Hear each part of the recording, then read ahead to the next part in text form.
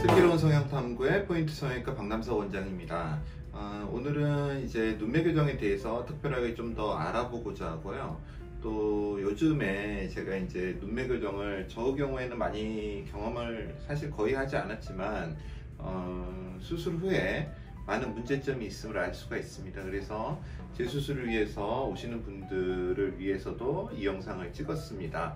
사실 눈매 교정이라는 게 약간의 문제점을 내포하고 있는 수술이긴 합니다. 그래서 오늘 이야기하고자 하는 거는요, 눈매 교정의 명과 암입니다. 눈매 교정은 분명히 좋은 면이 있고 안 좋은 면이 있습니다. 이 부분에 대해서 굉장히 생각을 많이 해야 되는데요, 그토록 많은 성형외과에서 눈매 교정을 하는 이유가 어느 정도 좋은 면이 안 좋은 면보다 더 많은 거라고 생각합니다. 이런 부분을 제가 좀 많은 시간에 걸쳐서 이야기를 하고자 합니다. 이 부분을 이야기하고자 하려면은 해부학적으로도 많은 지식이 있어야 됩니다. 사실 일반 분들이 너무 많은 지식을 가지면 오히려 더 문제를 일으키기 쉽고, 또 이러한 문제가 자신한테도 맞는 것인지 비교를 하면서 수술 후에 사실 없던 증상을 만들기도 합니다. 나중에 설명하겠지만 마치 저의 경우를 예를 들자면, 제가 너무 멀쩡한데 제 친구가 안질에 걸렸습니다. 그래서 친구랑 오늘 약속을 해서 만났는데 친구 눈이 뻘겋고 친구가 저한테 그럽니다. 나 안질 걸렸어. 그럼 제 눈이 갑자기 가려워지고 따가워집니다. 그런 현상이 사실 사람에게는 빈번하게 있습니다. 이제 그런 부분과 진정한 부작용인지 그런 부분을 구분을 해야 되고요. 또 이러한 정보를 눈매 교정이나 뭐 모든 수술에 있어서, 성형 수술에 있어서의 워낙 인터넷은 정보 바다니까요. 그런 정보를 얻음으로써 이제 없는 병을 만들어내는 경우도 있기 때문에, 물론 다 그렇다고 치부할 수는 없지만 이런 부분의 구분을 정확하게 해줘야 됩니다. 사실 어느 정도는 의사가 할 몫이고요. 또 환자분들은 또 이런 정보를 의사와 함께 고민을 해야지 혼자서 너무 깊이 파고들면은 사실 문제가 생깁니다. 이 부분에 대해서 환자분이 정확한 이해를 하고 이해를 하기 쉽게 설명을 드리려고 노력을 할 것입니다. 어느 정도 이해를 하시면 잘못된 정보라든지 혹은 자신이 가지고 있는 문제에 대한 오해의 소지를 최소화할 수 있다는 신념하에 영상을 한번 찍어 봅니다. 도움이 되셨으면 좋겠고요. 영상이 좀 학술적인 내용도 있고 또 상당히 지루할 수도 있습니다. 하지만 들어보시면 분명히 도움이 되실 겁니다. 그런 면에서 이 영상을 끝까지 보시면 좋겠습니다. 오늘은 주로 해부학적이고 또 눈매 교정을 어떻게 하는 것인가에 대해서, 전에 제가 눈매 교정이란 무엇인가에 대해서 간략하게 설명을 드렸지만 실제적으로 너무 간략한 설명이고 단순하게 환자분의 좀 편한 이해를 돕기 위한 설명이라서 깊이 있는 이야기는 하지 않았습니다. 또 이해를 돕기 위해서 너무 단순화시킨 측면이 있어서 오해를 불러일으키기 쉬운 부분도 있고, 그래서 그 부분에 대해서 설명을 할 것이고요. 또 눈매 교정으로 많이 생기는 최근 들어서 굉장히 환자가 좀 있는 것 같습니다. 당김이라든지 눈이 꽉 눌리는 느낌, 압박감, 또 찌푸린다, 또 두통이 너무 심하다, 이 관자놀이가 많이 아프다, 또 이마가 많이 당겨진다, 또 심지어는 이명이라든지 어지러움증, 구토를 했다, 그런 증상들을 호소하시는 분들이 있습니다. 제가 진찰을 해보면 정말로 눈매 교정에 의한 증상인 경우도 분명히 있고요. 또 한두 증상인데, 보통은 한 가지 증상 정도인데 이런 여러 가지 정보 때문에 약간 느끼는데, 특히 수술 후 회복 과정, 짧은 회복 과정 중에 두통이 생겼는데 이게 눈매 교정은 문제라고 오해를 하시고 계속 이제 거기에 몰두하시는 그런 부분도 있습니다. 그래서 정확하게 이해를 좀 돕고요. 또 눈매 교정에 대해서 너무나 부정적인 또 의견을 말씀하시는 분도 있습니다. 사실 성형수술이라는 게 원칙적으로 보면 부정적인 수술이라고 할 수 있습니다. 쌍꺼풀을 만들기 위해서 없는 흉을 만들고, 코를 높이기 위해서 몸 안에 있지 않은 실리콘을 코에 넣고, 사실 수술 자체를 정말 철학적으로 논하자면 부정적인 수술입니다. 하지만 거기에서 발견할 수 있는 긍정적인 효과, 우리가 더 아름다워지고 사회생활에 도움이 되고 그런 효과가 더 큼을 알기에 성형외과라는 과가 존재합니다. 물론 제가 말하는 것은 미용 성형의 영역이고요. 이제 성형외과의 다른 분야인 재건 성형은 반드시 필요한 영역이겠죠. 제가 미용 성형을 하는 입장에서 이 부분이 미용 성형이 부정적이라면, 또 눈매 교정이 부정적이라면 미용 성형 전체는 부정적인 수술이 되어버릴 것입니다. 따라서 저는 항상 이 양분법적인 논리, 이분법적인 논리를 좋아하지 않습니다. 회색은 사실 여기저기서도 환영을 받지는 못하지만 좋다 나쁘다의 개념으로 받아들이면 안 될 것 같습니다. 사람이 저희 의사들도 그런데 어떤 것을 공부하고 어디에 꽂히게 되면 이제 그게 진실이라고 거기에서 끝까지 가게 됩니다. 그렇다 보면은 끝에서 부정적인 생각 혹은 이게 최선이다라는 긍정적인 생각, 그런 생각을 철학으로 돼버리게 되면 눈매 교정이라는 수술은 부인되거나 혹은 눈매 교정에 대해서 찬양을 하거나 이런 이분법적 논리를 갖게 됩니다. 하지만 저는 항상 이야기하듯이 필요한 수술, 문제가 최소화되는 수술을 지향하는 거지, 어떤 이 수술은 옳다, 이 수술은 그르다라고 나눠버리면은 존재 의미 자체가 없어집니다. 그래서 이제 간혹 이제 이런 선생님들이 있다고 들었습니다. 눈매 교정은 하면 안 되는 수술이다. 그 말은 사실 자신의 철학입니다. 그런데 그게 이제 환자분 전체에게 받아들인다면 그런 정보를 얻고 이 수술은 하면 안 되겠구나라는 생각을 가져버리면 정말 눈매 교정으로 좋은 결과가 가능한 경우에도 포기를 하게 됩니다. 그거는 좋지 않은 결과겠죠. 그리고 그러한 문제가 큰 부분이 아니고 사실은 부작용이 조그마한 영역이라고 생각합니다. 단순히 비율을 들기는 어렵지만 우리가 백신의 부작용이 전체 인구에서 몇 %일까요? 그걸 제가 찾아보진 않았지만 부작용을 감안하면 백신은 맞으면 안 된다. 물론 그런 주장을 하고 그런 사이트가 있는 것도 알고 있습니다. 백신을 절대 접종을 하면 안 된다라고 그런 철학을 갖게 되면 모두가 피해를 보게 됩니다. 백신은 분명히 긍정적인 면이 있습니다. 우리가 이제 하나의 사실에 집착을 하게 되면 정말 중요한 큰 거를 못 보게 된다고 생각합니다. 그래서 눈매 교정을 저는 이러한 측면에서 보고 있습니다. 어쩌면 필요악일 수도 있고요. 성형수술이 사실 필요악이기 때문에 필요악일 수도 있지만 이거는 해서는 안 되는 수술이라 그렇게 말하는 선생님도 있을 수 있지만 저는 필요하다면 해야 되는 수술이라는 주장을 하고 싶습니다. 이제 그거에 대한 이야기를 하기 위해서 오늘부터 눈매 교정의 명과암, 그리고 눈매 교정이란 무엇인지 거기에 대해서 굉장히 심도 깊은 이야기를 시작하겠습니다.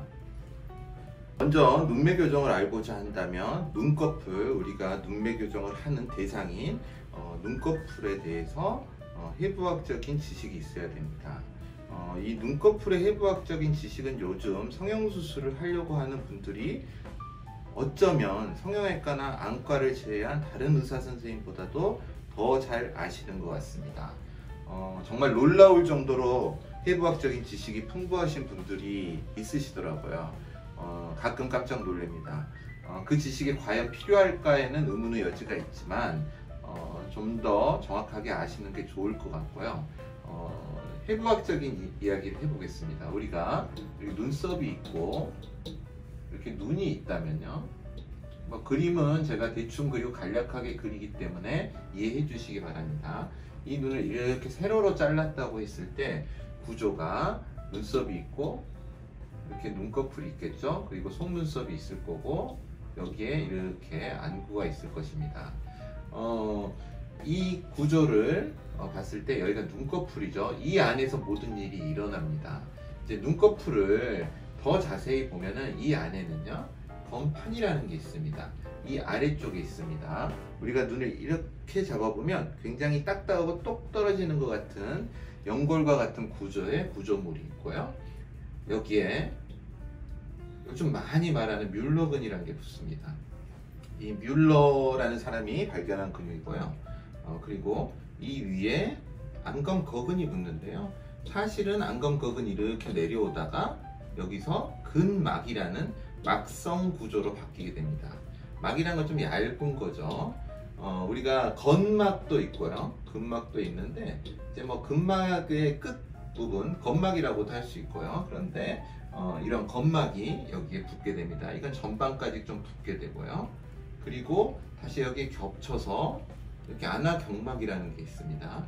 여기에 이제 이 사이에는 지방들이 있고요. 이런 구조가 되어 있습니다. 결국 아까 말했던 건판, 그리고 뮬러근, 안검거근, 안화경막과 지방의 구조. 동양인은 여기에 또 알륜근 후의 지방이라는 후병의 지방이라는 구조가 있고요. 알륜근이 있고 피부가 있습니다. 앞에 부분은 사실 그렇게 중요하진 않습니다. 실제로 임상에서 수술을 할 때는 중요한 부분을 차지합니다. 그런데 눈맥을 정해서 우리가 집중해야 될 부분은 이 두 가지의 근육입니다. 이 뮬러근에 대해서 굉장히 말이 많습니다. 이제 하나하나 제가 이런 이야기를 해가면서 결국에는 뮬러근 때문에 생긴 문제가 현 시점에서 굉장히 눈매교정을 부정적으로 바라보게 하는 그런 하나의 원인을 제공하는 근육입니다. 안검거근 이거는 대부분의 사람들이 눈을 뜨는 근육이라고 잘 알고 있습니다. 그러면 뮬러근은 과연 무슨 근육일까요? 눈을 뜨는 근육일까요? 아니면 뭐 다른 역할을 하는 근육일까요? 보편적으로 눈을 뜨는 근육으로 알고 있고 사실 눈을 뜨는데 유지하는 근육이라는 게 정확한 표현일 것입니다. 안검거근이 눈을 뜨기를 이렇게 시작을 한다면 뮬러근은 유지를 하는, 눈을 떠 있는 상태를 유지하는 근육이라고 보면 됩니다. 물론 이제 안검거근도 근육의 종류가 있습니다. 좀 더 나중에 이야기를 드릴 기회가 있을지 모르겠지만 우리는 보통 백색근과 적색근이라는 게 있는데 관심 있으시면 좀 찾아보셔도 되는데 안검거근은 백색근과 적색근이 섞여 있습니다. 백색근은 빠른 운동, 그러니까 뭐 긴박한 운동, 그런 운동을 하는 근육입니다. 보통 산소를 사용하지 않고 하는 거고요. 그리고 적색근은 좀 지속적인 운동, 그런 운동을 하는 근육인데 산소를 소모합니다. 그래서 이제 갑자기 한 운동은 생각해 보면 굉장히 피로가 빨리 오겠죠. 그리고 이렇게 지속적으로 운동을 느리게 하는 운동은 피로가 좀 느릴 겁니다. 산소를 사용하고요. 그리고 이제 뮬러근, 우리 항상 이 말썽덩어리 뮬러근, 이게 실제로 성형외과 의사가 눈 성형을 하는데 굉장히 큰 역할을 했습니다. 이 뮬러근은요, 다시 보면 우리 안검거근에 이렇게 근막이 이렇게 내려오고요.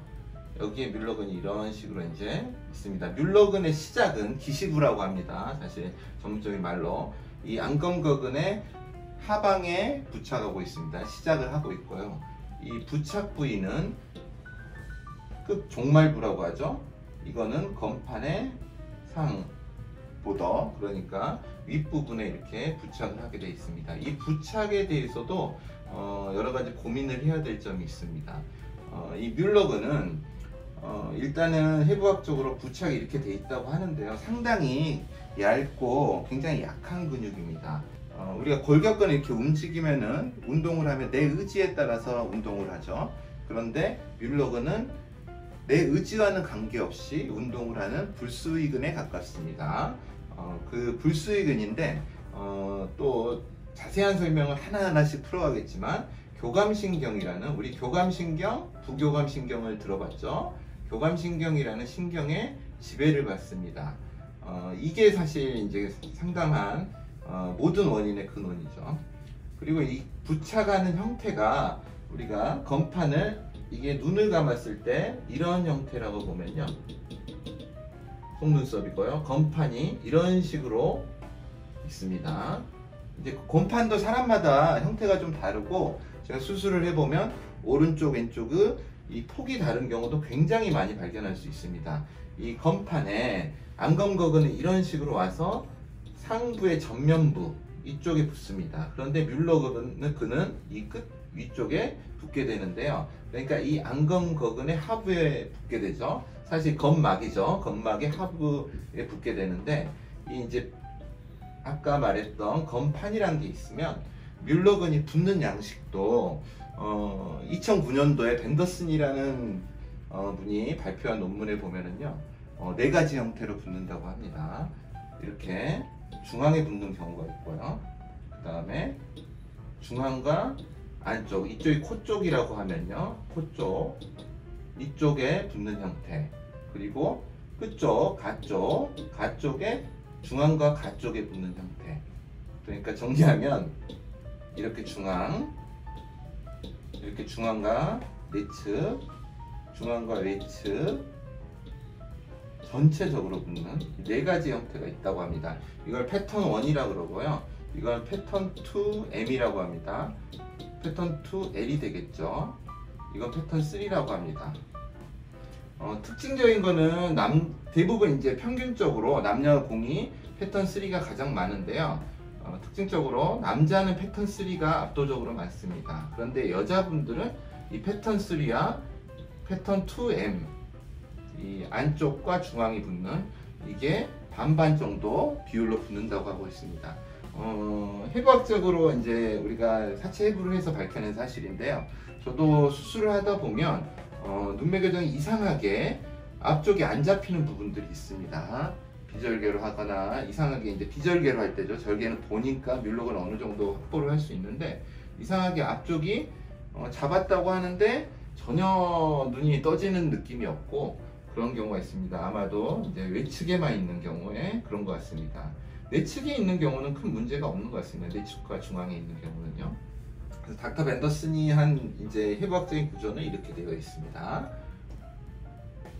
그러면 아까 건판이 있고 안검거근에 건막이 붙어 있고 안검거근이 있고 여기에 뮬러근이 이렇게 오는데요. 이 뮬러근이 우리가 이제 굉장히 우리가 생각을 해야 될 부분이 수술을 하면서 이 구조가 어떻게 만들어지느냐, 또 이게 하는 역할이 뭐냐에 대해서 굉장히 생각이 많습니다.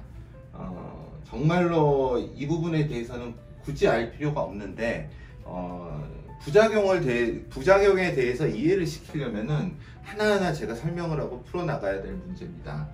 오늘은 이 해부학에 대한 이야기를 중점적으로 하겠습니다. 이 뮬러근 앞에 있는 안검거근에 근막이 이렇게 와서 붙는다 그랬는데요. 실제 이거를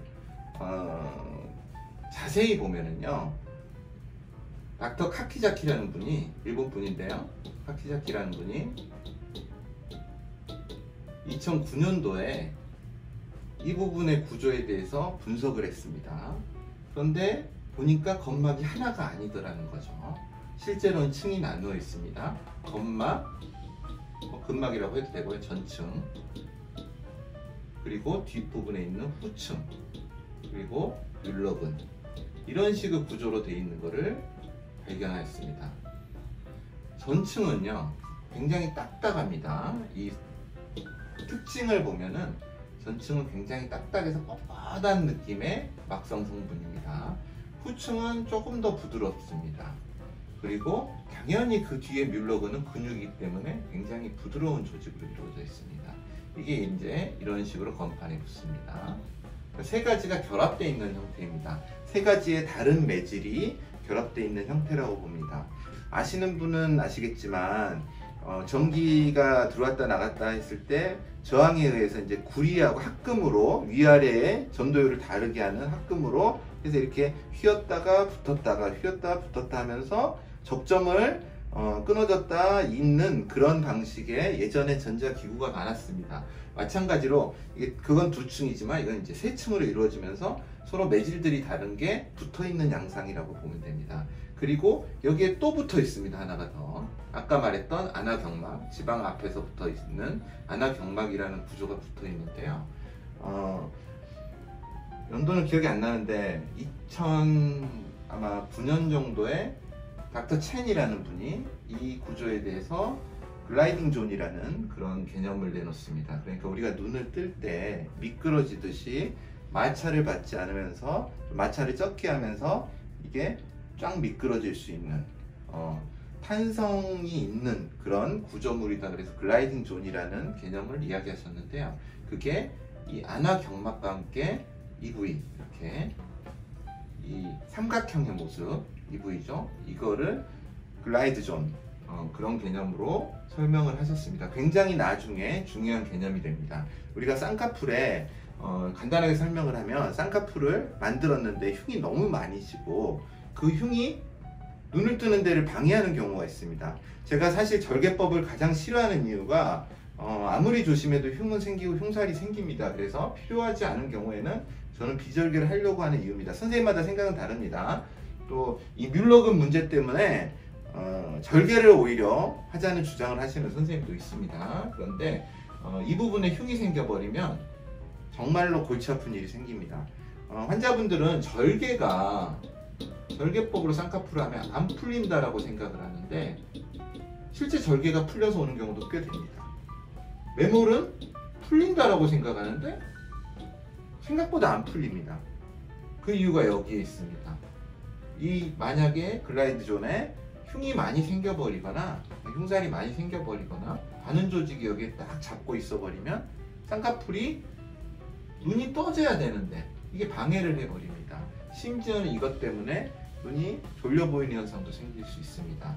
그래서 정리해보자면 아까 닥터 첸이 한 이 글라이드 존과 알아두셔야 될 게 글라이드 존, 그리고 카키자키가 이야기한 이 세 가지 층, 3레이어죠. 세 층으로 이루어진 구조라는 것을 기억을 하시기 바랍니다. 이렇게 구조물이 굉장히 복잡하게 만들어진 거는요, 이유가 있을 것입니다.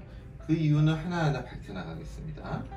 그리고 뮬러근, 이 뮬러근에 있어서 해부학적으로 알아둬야 될 게 이 뮬러근에는 교감신경이라고 했죠. 교감신경이 지배를 받는데 아까 단순하게 이야기했을 때 눈을 뜬 상태를 유지하는 그런 근육이라는 것만 기억하시면 됩니다. 그러니까 이 근육 기능이 서로 다른 거죠. 눈을 뜨게 하는 근육, 뜨기를 시작하는 근육, 그 다음에 뮬러근은 유지하는 근육. 물론 이 뮬러근의 신호가 다시 아까 제가 잠깐 언급했던 적색근, 그러니까 안검거근에도 좀 늦게 반응하는 근육이 있습니다.